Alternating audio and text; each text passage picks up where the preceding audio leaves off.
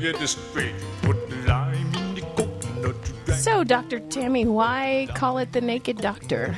Well, it's the naked truth about health, wellness, and lifestyle, but it's also fun not to wear clothes in the studio. Hi, welcome back this week to The Naked Doctor. I'm Dr. Tammy. And this is Chrissy. And we're so happy to have you with us this week. Yes. We are a work in progress. Yeah, absolutely. And I'm constantly a work in progress. No, everyone is. Yeah. The universe is. It's just constantly growing and changing, and we're right there with it. Actually, I think we're driving it. Mm-hmm. That's another conversation. Yeah, exactly. So I think today I just like to call this, just kind of popped in my head, a work in progress. Yeah, that's awesome. I like that. You know, I was thinking the other day we had Prince died this past week. Oh, Lord. That impacted me more than I expected it to. I know, me too. Yeah, but I think that was because that music, I came home to make dinner. And, well, that's not the only reason I came home, but just to make dinner. Hi, guys, I'm here to make food, and then I'm out. No. Oh, my gosh, I just snorted in the microphone. That's perfect. That's beautiful. So I was at home making dinner, and we were flipping through the TV, and somehow it landed on MTV, which honestly, anymore, since it's hardly ever music, it does not land there. And they had preempted all of their programming and were showing nothing but Prince concert videos, Purple Rain, stuff about him in between. And it just landed there. And for like 2 or 3 hours, we were cooking, dancing in the kitchen, and I was remembering all the stuff that happened. And it's almost like that soundtrack of my high school, early college, which just tells you how old I am, just kind of started running through. And I thought, wow, this man's music has been a much bigger part of my life than I even realized. Mm-hmm. And then when we started talking about just his sheer level of talent and just the impact that he had, and he never was one of those guys that had like scandal after scandal or, you know, multiple trips to rehab or weird pictures. I mean, he was just a weirdo. Everybody knew that. But in the most creative and beautiful and genuine way. He was very much like authentic. A David Bowie that way, which, again, that's someone else that we've lost recently. So I decided there's got to be one heck of a concert going on in heaven right now. Yeah. Oh, my God. Well, you know, one of the most impactful things about Prince was that my brother and I were actually talking one day about, he called it the river of music. Yeah. It is that tapping into a higher consciousness or a higher self. So we talked, you know, week before last on our podcast about the subconscious and the conscious and consciously creating. Yeah. We didn't even touch on that other out there, you know, the higher self, the energy, source energy that's out there that's available to us that we can tap into. And Prince clearly was tapped into that. And that's one of the problems that we have. We are tapped into it 100% of the time, whether or not we recognize it. Right. We whether or not we choose. Yes, because we make it where we are separate from that, you know, which created us, when really we're 100% connected 100% of the time, or else we would not be here having this conversation. Mm-hmm. So it's just how open you are to it. And he was one of those people that just had open access to that constant river of creative inspiration. And wow, man, that is amazing to me. You know, we've been talking about the levels of conscious creation, and stage 3 is where you create from, you know, and that's where all the magic happens. And he was clearly in stage 3 and stage 4. Yeah, he was a stage all 3, the time. Stage 4 guy. There was Stevie Nicks was doing an interview this week, and she said that she was writing, she was listening to Little Red Corvette, and the song Stand Back came into her head. Yeah. And it's, if you listen to it, the track is very similar to Little Red Corvette. So she's kind of putting her own energy flow into what she's receiving. Yeah.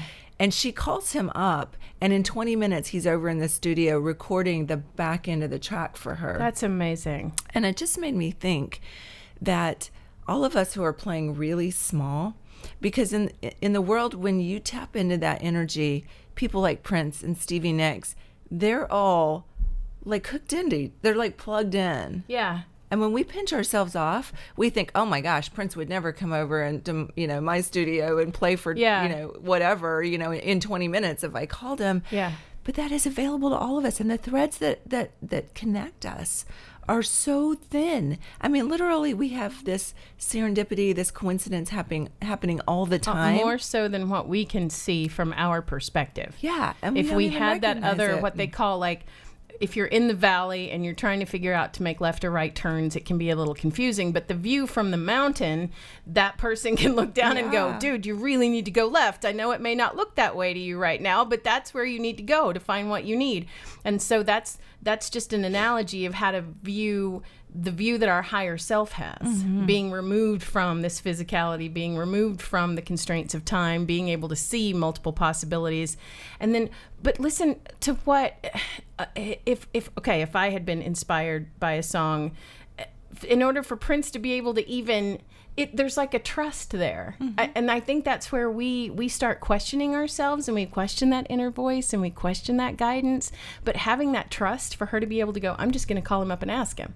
And for him to say, wow, I believe in what you just heard. Let's come over and do it. I mean, there's a certain level of trust that has to be there. And that's where we start pinching that off as we go, no, that's hard. That's hard. Or they're not going to think of me the right way. Or what if I fail? Yeah, all those things. Well, we were just talking before the show that when we did our interview a couple weeks ago, we were over in Fayetteville, and you were saying, I was telling you that I'm starting these workshops and I just wasn't getting the response. Yeah. That I was like, here I am with this new awareness of conscious creation. Right. I'm in stage 3. I'm excited. I'm fired up. And I just know the universe is going to send all these people are ready to hear this message. And nobody comes. I mean, 10 people came. But, to me, I wanted a room full. I wanted the universe just to immediately. Just thread these people in. Well, so the first workshop, okay. Second workshop, more people. It's growing a little more momentum. The third workshop was on fire. I mean, these people were just like Tammy, inventing and I'm creating. so proud of you. And that's exactly what we talked about, because we were saying, okay, yes, there's disappointment that the first one didn't go quite well, but maybe this was a prep for you. Maybe this was, where you get to kind of go, all right, let me fine tune this a little bit more. And boy, I'm telling you from experience, I know that I can consciously create, but it's the patience that I have to work on. Because maybe that higher part of myself is like, you're almost there, just like 3 or 4 more turns. But if I stop and throw a fit, like 2 turns in, you're still going to get to where you want to go, but you're making your own self miserable. Right. Yeah. Well, it's interesting. One of my friends, who's been a longtime friend of mine for probably 5 years, was there and came to the workshop. And, it was just such a, like I say, a fired up energy. Everybody was so motivated, and they were really getting the material. And it's interesting because I've always thought that this girl had real potential, and she's just, I just see her playing so small, and people could probably say that about me too.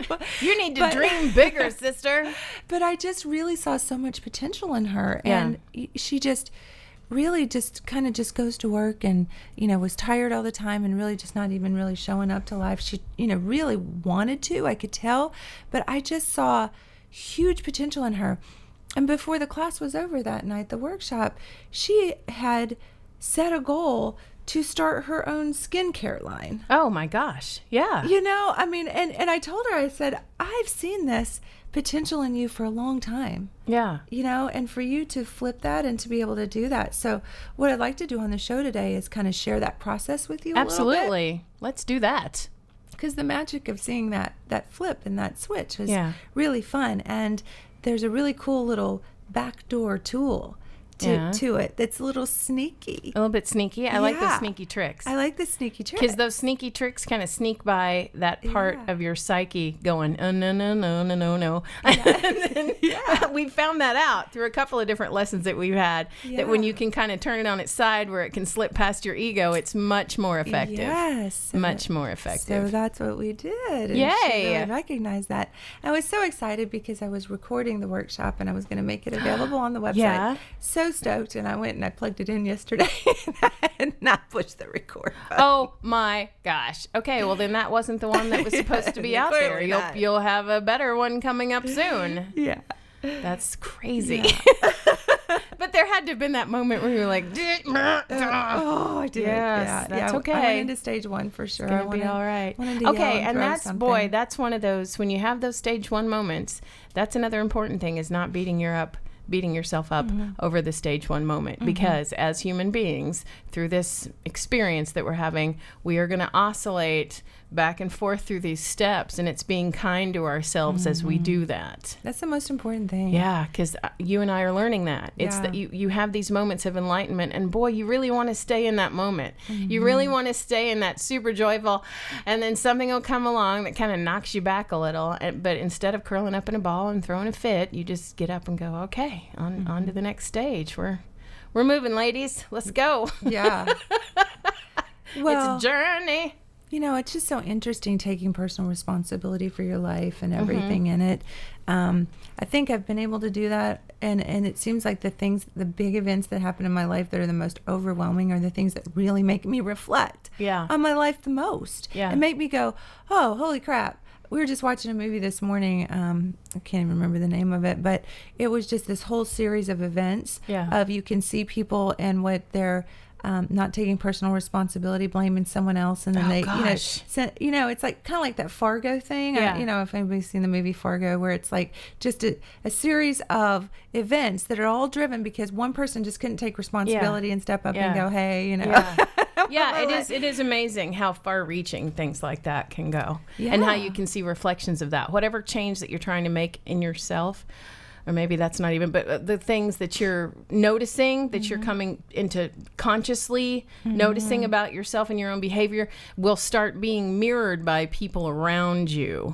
And it's a different way that you can take it. You could look at it and start judging and go, oh, that guy, I know exactly what that guy's doing. He's doing what I do. What a jerk. Yeah. Or you can notice it. You can take notice of it and say, okay, that's precisely the behavior that I'm trying to change. And I'll in my mind, I will bless that person because I know what they're feeling in a way. I know when they start giving me examples of that serious victimhood where you're like, oh, if it wasn't for this and everything's so hard.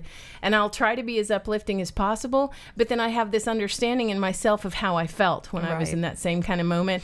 And in my mind, I'm like, just bless you and give you strength, because I know you can get through this, whether you can hear me or not. Because sometimes when people are like that, they're pretty shut down to advice and don't really want to hear your happy smiles going, it's all going to be okay. They're like, shut up.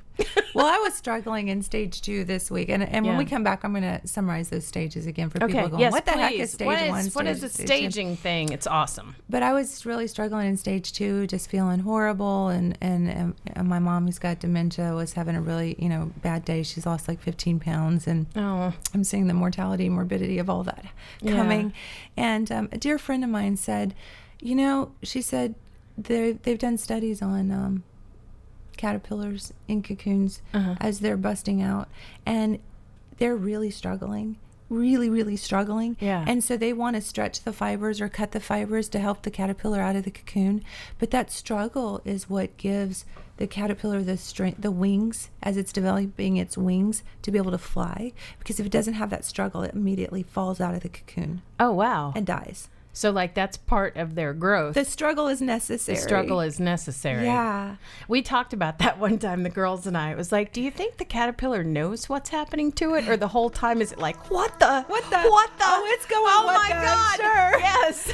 But the struggle's necessary. So, anyway, they're saying it's time for a little commercial break. Yes. So, we're going to take a little commercial break, and we'll be back in just a minute with the Naked Doctor.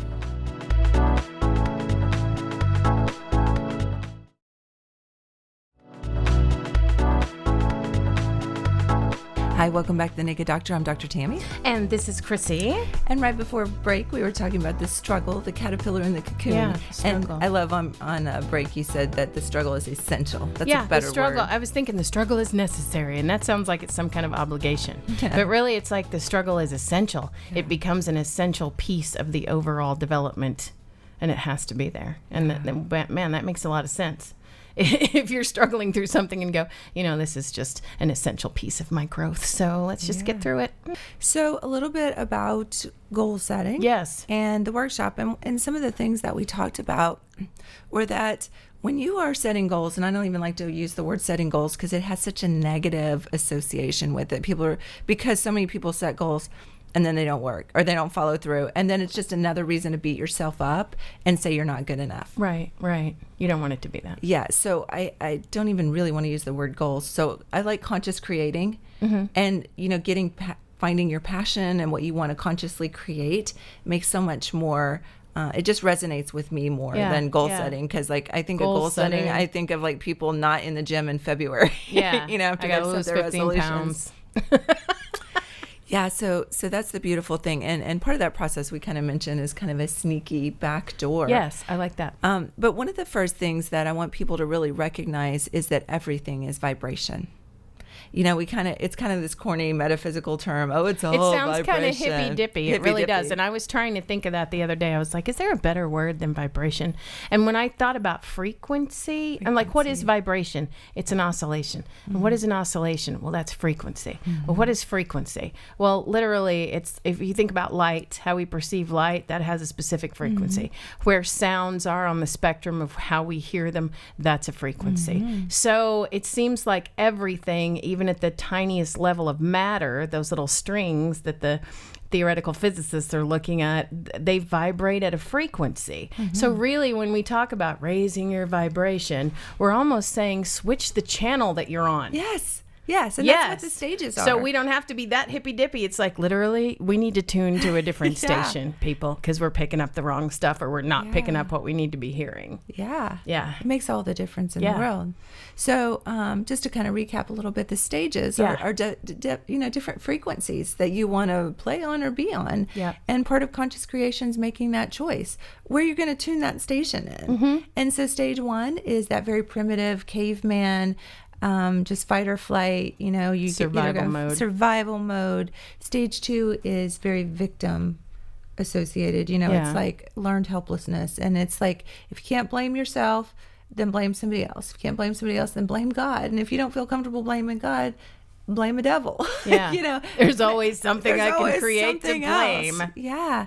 It's interesting. I was reading my husband is just kind of a world-renowned child expert, behavior person, and he had posted something from ABC about, and we won't even get into the controversy of spanking your children. Right, okay, because that's a whole... Yeah, that we just open up that can of, whatever. Doing that.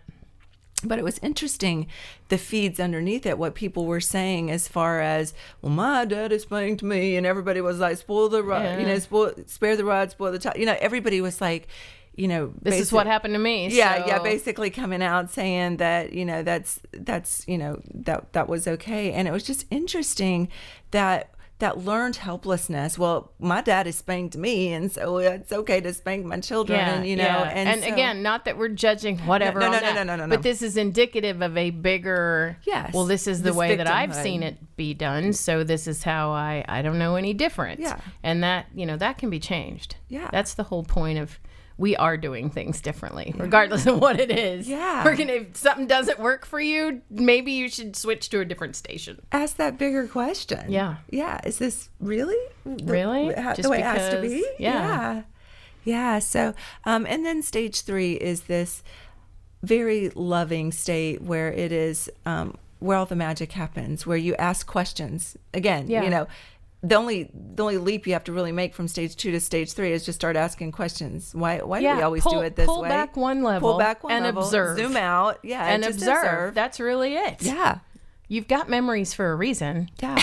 I would love it if all memories just went away. So you could go, yeah, that never happened. But we have them for a reason. And we can either beat ourselves up with them by going back over and blaming, or we can go, you know what, maybe I can notice a pattern here. Maybe I can see where things could have gone a little differently and apply these going forward in a loving, non-judgmental way. Yeah. Yeah.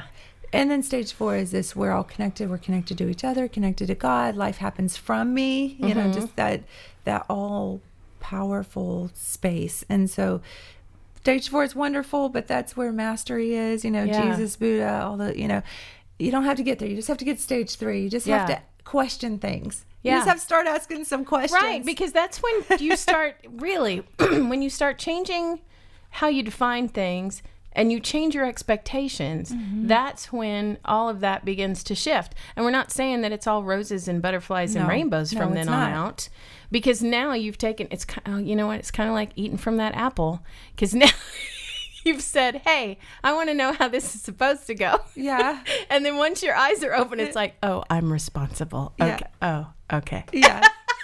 Yeah. And then you start seeing all the places in your life where you've set this cascade of events in place. Yeah. And, you know, it's interesting, in the workshop this week, there were some girls there who were some victims of domestic violence. And that's kind of how I connected with some of the people through a group called Voices. And so they, you know, were talking about some of the things that had happened in their life. And I said, you know, it's interesting because we think, and I'm not saying abuse or rape or anything is ever okay. It is not. Never. Never, never. But we set ourselves up in circumstances where, you know, one thing is, and I'm not saying this happens in every case, but if you take personal responsibility and inventory of the situation, sometimes we go to a party and we're drinking and, you know, we're wanting to be accepted and we're not from a genuine, loving, authentic place, and we get a little bit drunk or, you know, or impaired, and we put ourselves in a situation that then lends itself to someone doing something that again is not appropriate. Again, I'm not it's saying just okay. a vulnerability. A vulnerability. To put yourself in a place of vulnerability that would make it easier for something terrible like that to happen. Not that there's ever and it was all your fault. No, but that's you know, everyone needs to know how to be safe. You do have a choice to be safe. You do have a choice to make good decisions. Yeah. Yeah. And part of that is that unconscious, subconscious leading up to you're just feeling vulnerable and you want people to like you, and you kind of go into a situation and, you know. Or you're working to cover something else up. It was a hard week and I really don't care, and I'm just going to, you know, man, that's a tough subject. Yeah. That really is tough.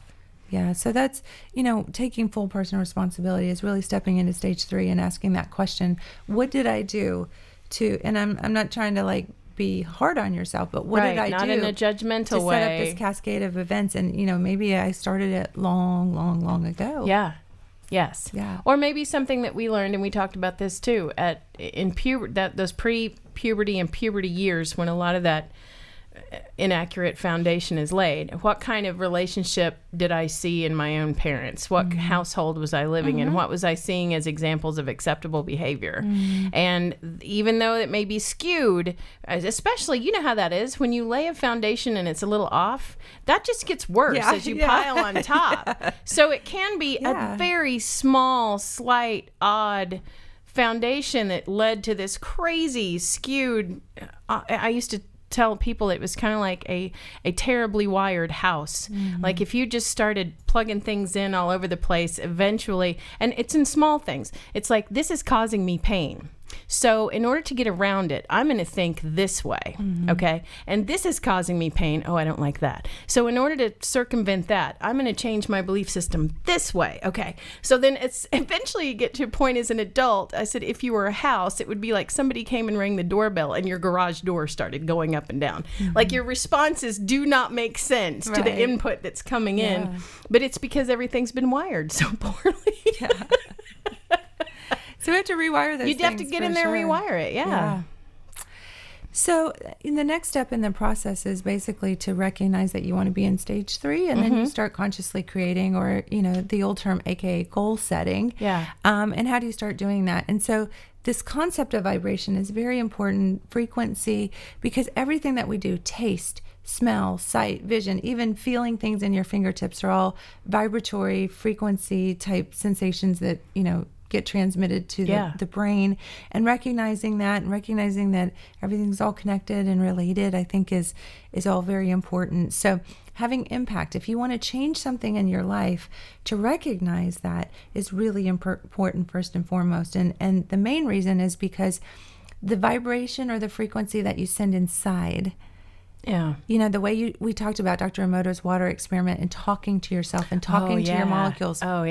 So that frequency that you're sending at yourself, that you're vibrating out and vibrating back, is really important. And I had a little patient this week. I spent some time out at their house, and he's got ALS. And To explain, what is ALS? ALS again? is a neurodegenerative Lou Gehrig's disease, Okay. where it's very progressive, and it's a short-lived, sometimes less than 2 years. Yeah. And basically, he came to me because he wanted me to help, because there's an autoimmune component to it, and get his health and hormones back on track. And it's turning out that what he's come to me is because he's realized that he's never been happy his whole life. Oh my gosh. And we are working on finding a state of happiness for him. Oh, But it's breaking my heart. I know. As we explored this, because he's in stage 2, he cannot hear that he's responsible for his own happiness. And what's worse is that he cannot hear, well, he had a breakthrough this week, which was wonderful, but he had a hard time hearing that everything emanates from him, that what he puts out is what he gets back. Right. And he kept saying, yeah, but. And there's a situation where he wants his wife to be a different way. And I would say, you need to do this, this, and this. And he would say, yeah, but. And I said, okay, you're going to have to give me a nickel for every time you say yeah, every but. time you say 'Cause yeah, but. You're arguing to stay in stage 2. And I'm like, what you put out, that vibration you put out, that vibration you want to get back. If you want to make someone else happy, then be happy. Yeah. If you want to make someone else abundant, You only give have abundance. control over the behavior of one That's it. person That's that's it. in the equation, and that's you. That's And you. that yeah, but is like a force field. Yes. When you are in one of those moments where you're trying to feel connected and you're trying to get this person the advice that they need, and then they go, yeah, but I mean, it literally goes Shuts everything down. It's The like it frequency bounces just right off. yeah, it just Yeah. completely changes the whole It's like dial. a cloaking device. It's like, nope. Yeah. Oh man. And then You that cannot say yeah, but. it's so weird. And you get frustrated because you really do want to find that thing that's going to pierce that. Yeah. And go, yes, but if you think about it this way, maybe that's where the little backdoor thing comes in. And it is. Yeah. And what I told him that made him make the switch was, I said, okay, you know what? You're just going to have to fake it till you make it. You're just going to have to do what I tell you to do. This is like a prescription. It is. Okay, this is way too hard for you. Yeah. You're stuck in stage 2. Just do what I tell you to do. And basically what I told him to do was, no matter what his circumstances reflect around him, just be kind, just be nice, just be loving, just focus on yourself. And he kept saying, so you're saying I'm the problem? And I said, no, I'm not saying Ouch. you're the problem. I said, I'm saying you're the solution. Right. There's a very different, hear that. You're not the problem. You're the solution. You are the only solution. Yes. And he kept So saying, don't be looking he kept saying, outside you're saying I'm yourself." the problem, I'm the problem. And I'm like, he's like, why are you looking at me? And his wife and his daughter's there. He's like, why don't you talk to them? They're the ones with the problems. I'm like, no. And I'm not telling you you're the problem. I said, you're the solution. Yeah. The solution to all this. So anyway, they're saying it's time for a Oh break. gosh, that was a Darn great it. moment, though. I know. I love that, I Tammy. know. So we're going to come back and we're going to talk about the sneaky backdoor Sneaky stuff. backdoor stuff. To Get in there and consciously clear creating. that out. Yes. We'll be right back with the Naked Doctor.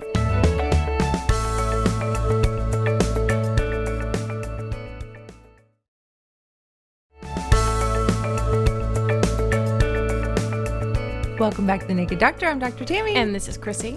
And we are talking about the sneaky backdoor to Yes. getting everything you want. Yes. And overriding some of those messages, because let's just face it, as much as you're trying to consciously create and stay in stage 3, sometimes the 90% subconscious stuff just kicks out. Yeah. Well, because that's how that's how you get rid of it. It's got to pop up so you can scrub it clean.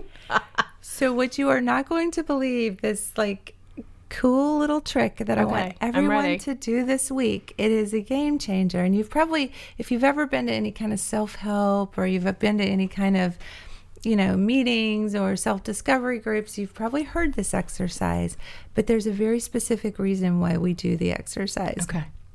The exercise is as creepy and as morbid, and as much as we don't want to think about negative things, write your obituary. Oh. Didn't see that coming, did you? No, I did not. Your Wow. own obituary. Like what people would be saying if they were standing up and talking about you. Oh, wow. That's kind of, What do you want to be remembered by? yeah. What's important? What do you want them saying Yeah. in your eulogy Yeah. and writing about you? That's pretty deep. Yeah.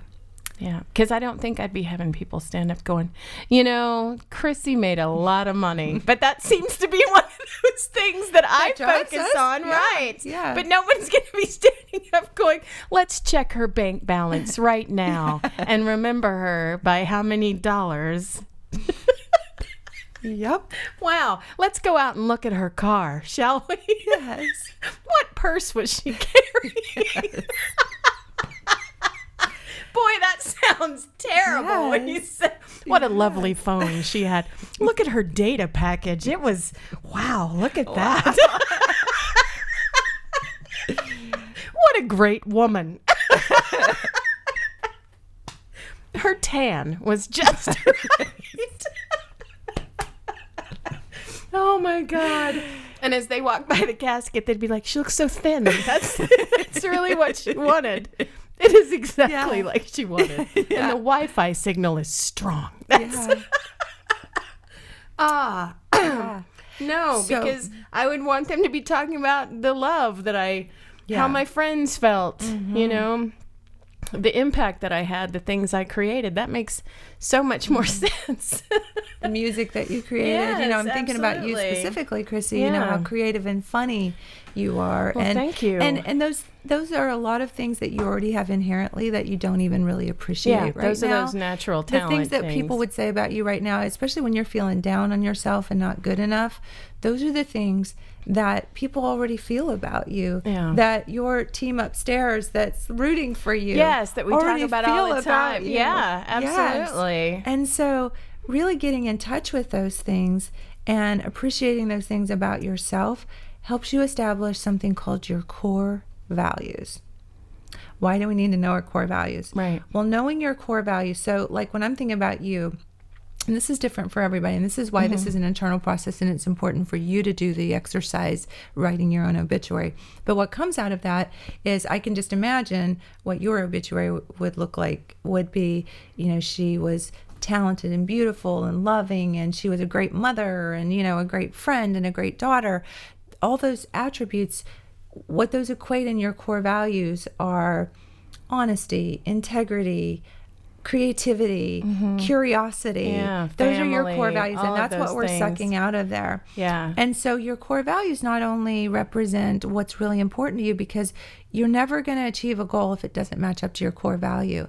And so if your goal is to be a corporate executive and to make $300,000 a year, if it doesn't match up to your core value of honesty, integrity, and all those things, you're going to keep sabotaging. There's a dissonance. Those are not on the same frequency. They're not on the same frequency. Yeah. And I'm not saying your life has to be all frou-frou, you know, that you sit around in a hippie skirt and you're like giving, you know, daisies to everybody. That's pretty fun. But it is pretty fun.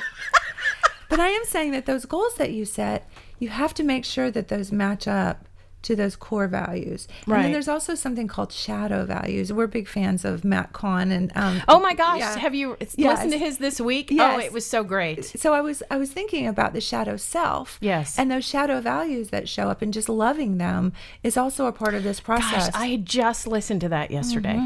And I was thinking, how am I going to be able to incorporate? We almost always incorporate something from his talks, and I literally did that. I came home and I was thinking to myself in that quiet time where I play my guitar in the afternoon, which is so awesome, by the way, and I'm still doing it. Yay. And I thought to myself, where are those places in my life where I've had what we consider the shadow self come up and have the negative talk, have the bad feelings, and what was the power in that? And I realized that the times when I was afraid, it caused me to focus on moving through that fear. And I had to honor the power that was in that fear that motivated me to change. Yeah. And once I started doing that, and I thought, you know, there were times where I felt ashamed. I felt really ashamed. And then I realized that shame has a power to it. It's not that you're just trying to shove the shame back down into the hole. It's like, I recognize why you were there. I understand the power behind it, and you helped me to make these changes and move on to this next stage in my life.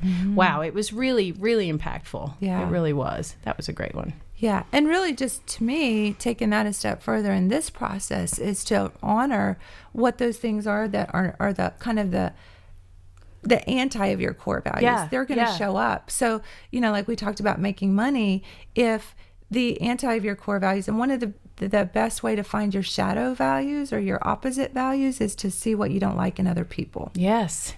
So make a whole list of things that you don't like in other people. And that exercise also shows you what your shadow values are. Right. So, again, not in a judgmental way. No. Who were seeing that, because there were other things that I noticed this week. And I was in a meeting and there were a lot of higher executive women there.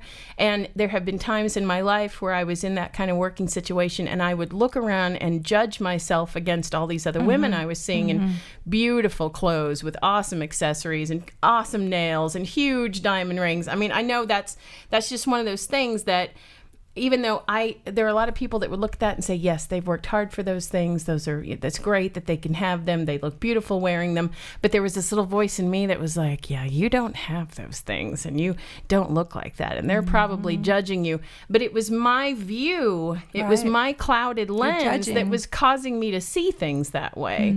So this week I wound up in this fantastic meeting that was a great networking opportunity. And all of a sudden that same little voice popped up and said, remember when you used to feel this way in these situations? And it was fantastic for me to say, yes, I know that I used to feel that way. And it motivated me to make changes in my life, to not see myself as a negative reflection of that. And now I can be in the same kind of situation and feel perfectly fantastic because I know this is all a celebration of women's success, and that has a whole spectrum to it. Oh, yeah, absolutely. Yeah.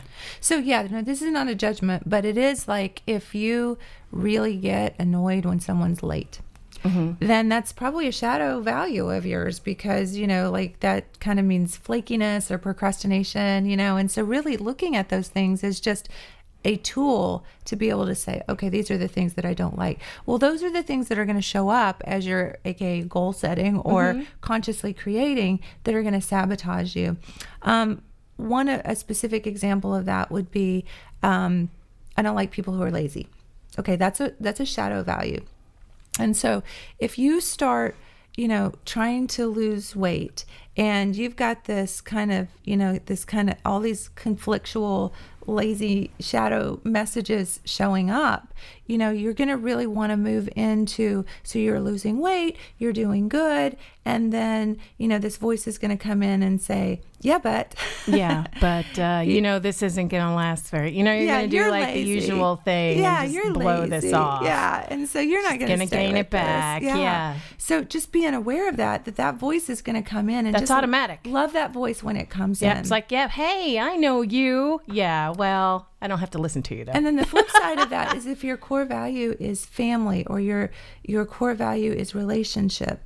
Let's say that everyone in your family is overweight. And as you start to lose weight, now you don't fit in with the family. Right. You're not one of them. That can be threatening to some. It's threatening to them, and it's threatening to you on a subconscious level because now you're not going to fit in. And they're sending you messages saying, oh, you're just, getting all fancy pants, getting all skinny. You can have some are you of better this. than just us? Just eat some cake. Yeah, just eat some cake. Yeah. So if you don't recognize those subconscious messages that are attached to your core values, those are the things that are going to mess you up as you're moving through. Yeah. So we have to look at those in a completely different way. Yeah. And know that those are thoughts and those things are automatically generated. It's like when you turn the change crank, there's going to be some resistance because we're a little rusty. There's going to be, and part of that resistance is those old messages that pop up. But now that we know that's going to happen, and that is part of the creative process. And there was, and I can't remember the name of the author, but he said that it's indicative of that tale that we tell of the knight that has to fight the dragon in order to get to the treasure. It always comes up in stories over and over again. There is that hero's journey that has to bust through that boss level, that big monster before he gets to what it is he's working through. And for us, most of the time, it's that monster of that voice that comes in and says, you really can't do this. But that if you push through that, if you recognize it and say, I knew you were coming. I knew you were coming. I'm just going to high five you and keep trucking. Yeah. That's when the changes are made. That's when the breakthroughs happen. That's when the good stuff is. So really, you almost have to look at those as like signposts that you are on the right track. Yeah, exactly. Yeah. We call it the law of opposites. We can also call it the struggle is essential. Yeah. It's that growing struggle's you essential to be who you need to be. Yeah. I thought years ago, because my goal has always been to be an evangelist for the things that I talk about. And I thought years ago I would get really down on myself, and I'm like, why am I not a TV star? Why not I have all the things why isn't I Elle want? here by now? I wasn't ready. Yeah. I wasn't ready. And the very things that we're talking about right now are the things that I need to be talking about, that I need to be sharing with the world. Yeah. And this is not the struggle, but this is the process. I don't even really want to call it the struggle. Yeah. It is the process that is preparing me to be the type of person and to maintain the integrity and the honesty and the structure that I need to be able to hold my own in that world. You're strengthening your muscles so that your wings can function properly. Yes, Exactly it. Yeah. Absolutely. Well, they're just saying it's time for a break again, so we're going to take a little One break. more just a break. minute. Dry your wings out. Dry your wings out. And our wrap up, I have so much more to share, and we have so many more shows that we can share all this, but I really want to go into a little bit more detail about how you can focus on writing some life plans for yourself this week, something that you can start doing. And that's fun. Right away. That can start being a fun process. Yeah, That's absolutely. It's cool. And things that we can do with our kids and get them going, vision boards. Yeah, absolutely. Because let's lay some fresh foundations. Yes, absolutely. Just because your daddy did it doesn't mean... That's right. My mom never made a vision board. My mom never made a vision board. Well, we're going to change that. That's right. All right, so we'll be right back with The Naked Doctor.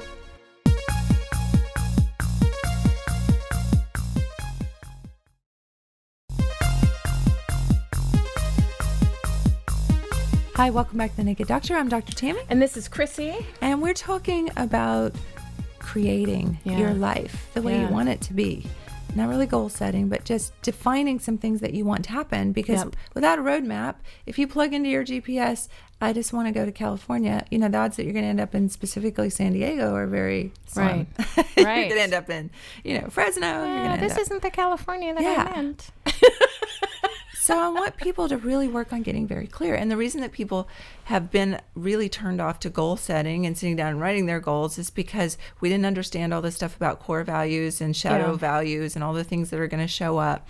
So writing that obituary is very important to find out what your core values are and then make sure that the things that you want to do match up to that. Right. And then life gets fun. Also, having that mindset, because I'm not making a list of things I haven't achieved yet so I can beat myself up over them. Yes. That's not what this is. It's like, let's pretend, as I was saying before, like what I call myself, super awesome, successful Chrissy. Yes. Okay, what does that person look like? What do those goals look like? What does that day-to-day look like? What would you do if you couldn't fail? Yeah, absolutely. And that's why I hear people getting on sometimes about dreaming big, but sometimes I think I don't dream big enough. Yeah. Because I've been able to accomplish some things I really never thought that I would be able to. And so now I'm like, I want to dream bigger this next time. So sometimes it is about dream a little bigger. One of the things we talked about in our workshop this week was worthiness. And so one of the things that shuts people down for dreaming big is I'm not good enough. I'm not worthy. Yeah. Let's just stop that right now and get that right out of your vocabulary. That's the first thing you got to do. You're worthy because you're breathing. Yeah. You're here. Okay, here's a great lesson for that. My daughter Tabitha woke up this morning in not the best mood. She was having some issues with her hair and it didn't find the outfit that she wanted and it was really starting to bother her. And we got to the store and I said, we need to get you a new watch. And she said, Mom, that sounds awesome, but I don't think the way that I've been behaving today that I deserve a new watch. And I said, honey, deserving has nothing to do with it. And she said, yeah, but I've been in a bad mood. And I said, honey, when you're not feeling well, you deserve my love more, not less. Yeah. There's nothing not that the watch represents love, but you don't need to think about today my behavior means that I don't deserve things to be good for me. When you're not feeling well, you deserve more love from from yourself, from not less. So we have to get that whole worthiness thing and throw that out. That's really that parenting. And again, I don't want to get into the spanking your child and stuff. But that really goes to if your child's stressed out or your child's having problems, no matter what the root of that is, they need more love. Not for you to beat the crap out of them. Or to tell them that they're worthless. That's not. How does that promote love and moving forward? Yeah. But turn that in on ourselves. Yeah. When we aren't feeling 100% of what we feel we should, we deserve more love, not less. And God still wants to give us the watch, even when we haven't been showing He's up like, in the best way. I so don't just deserve it. Just take the watch. Take the watch. That's going to be our new logo. Just take the watch. Take the watch. Spread your wings. Take the watch. Everybody's like, what is this? So as you're taking your watch this week, I want saying you, thank you for saying it. Thank you for it. Gratitude is such a huge solution. I just want you to make your vision board based on what God or source energy or the universe wants you to have, because that's what a parent wants for a child, not because you're deserving of it or not. No, just get that out of your head. Yeah. Boy, we're here to enjoy ourselves. Yeah. We really are. Yeah. And think of what a fantastic playground this planet could be if everybody understood that. Because, man, you see amazing things happen when people work together with a common vision. Mm-hmm. And if everyone could do that, boy, this is such a cool place to live. It's the planet Earth of all. Yeah. I heard someone say one time that a Van Gogh painting, let's just be real. If we're going to talk about a Van Gogh, it looks like a second grader painted it, right? It's worth millions of dollars, the actual painting. And it's worth millions of dollars not because the painting quality is that great or there's any kind of or there was detail. Gold in the paint. There's gold in the paint. It's because of who painted it. Yeah. It was Van Gogh. Yeah. Van Gogh was a branded character that was a legend. Yeah. And because he painted that, that's what makes that painting worth it. So, I really want people to think that your value is not, your worthiness is not based on, your morning you had or how you behaved. Your worthiness is based on your higher self, your super, what do you call it? Super Chrissy. Super awesome, successful Chrissy. Yeah. Your worthiness is based on that higher self that has many, many expansive energies across you really can't even fathom. You can't even think fathom. about all consciousness that's ever existed or ever will exist standing behind you going, you are awesome. You can do anything. Yes. Look at what you're getting to do. You are moving through a time-space reality and having experiences with other spirits having the same kind of, oh my gosh, and we're creating as we go and it's wonderful. You go. And then inside we're like, I'm worthless and fat. It's like, no. No, you have the entire love of the universe behind you at all times. Yes. Tap into that, know it, and move with confidence. Yes. So specifically the assignments that I want to give people this week are to create a vision board, dream big, go for the watch, whatever it is you want. Yeah, accept the watch, big. Be happy. And then as part of that process, to really write out what it is that you want to create. And what we use is something emotional impact. So all the things we've been talking about, the core values is the emotional impact. How they feel. How you feel. And how you can really exponentialize, I just made up a word, or really multiply the effect of the emotional impact is to add sensory. So to add sight, smell, feeling, they're all vibrations, right? Yeah. So all those extra vibrations that you put in. So how will it look when you get there? Yep. How will it taste when you get there? How will it, like you're on the beach and you want to lose weight. How does it taste? The salt in the air. How does it feel? The sand in your toes and your, you have the body that just is not tired. The warmth of the sun on your skin, and then waves, and the birds. You hear and so you're really adding that extra layer on. So that's part of this process that I want people to work through. Because you literally are tuning yourself to a new frequency. Yes, absolutely. You are tuning yourself to the emotional and sensory frequency of that desired outcome. Mm-hmm. And it's like laying little breadcrumbs for yourself. It really is. It is. Well, if they're saying that's a wrap for the show today, I went too fast. We need like 4 more segments. I'm going to put a link on Facebook and our website that you can get the conscious creating tools, which have the stages, and you can run different things, your story, your different life events through the tool, and you can decide what stage you're in and what stage Are you having another seminar soon? Yes, and having we're running the whole 6 weeks, and then we're going to start it over again. Awesome. And we're starting a tribe now, which is really cool. Yes. Yay! Yes, so that's really cool. But it's every Thursday night at 6:30 until we kind of switch things up, or the next class. I'm not sure what we're going to do with that, but I am so excited for that, Tammy. Good stuff. So consciously create. Have a great life. Have a blessed week. Yes. Accept your watch. Spread your wings. Yes. Strengthen your muscles. Yes. We'll see you next time. We'll see you next time.